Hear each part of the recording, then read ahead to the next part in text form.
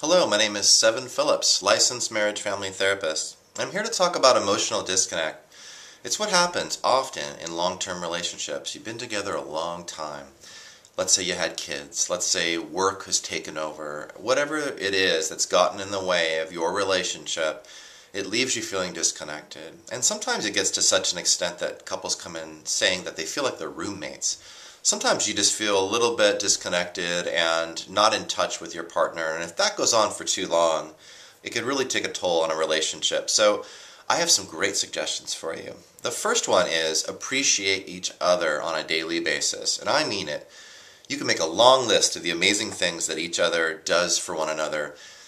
Thank you, honey, for breakfast. That was amazing. Hey, you know what? You're a really great parent. Our kids are very lucky. I don't think I tell you that often enough. I can go on and on about all the little things you can say about somebody and some big things that you can just do repetitively. Send a text, send an email, send a voicemail. You don't even need to spend a lot of time on it.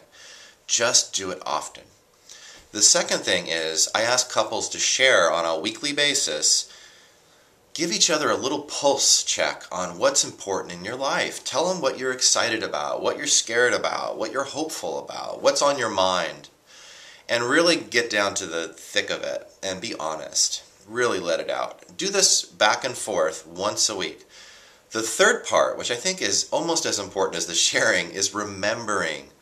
When somebody tells you something's going on for them, remember it. Come back to them later and say, hey, how's that thing going? You know, I know you were worried about your mom. How is she? What you do when you come back to somebody, you let them know you care. You let them know that they're important. And really, the ultimate thing is it brings you closer, which is what you want. The final thing, which I think is some of the most fun, is having a date night once a week. Now, I know this is thrown around, date nights, you know, when you have kids, but I tell you, any long-term relationship can benefit from having dedicated time with one another. Let's say if you can do it every Saturday, and what I would have people do in the beginning is take turns. Remember when you were dating and you spent all that time thinking about the other person and what they would like, and you were excited about doing something with them? Bring that energy back and take turns taking each other out. And what I mean by that is take turns thinking about what you want to do during date night. Maybe even have a surprise date night where you take turns surprising each other on something really cool and fun to do. At least do the research, maybe 3 things that you've thought of. You put time in and you share those 3 things and have your partner choose. Regardless of what you choose, just invest that kind of energy you did back when you were dating and you're going to be just fine.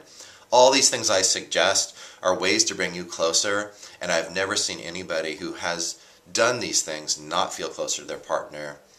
Thank you so much. Bye-bye.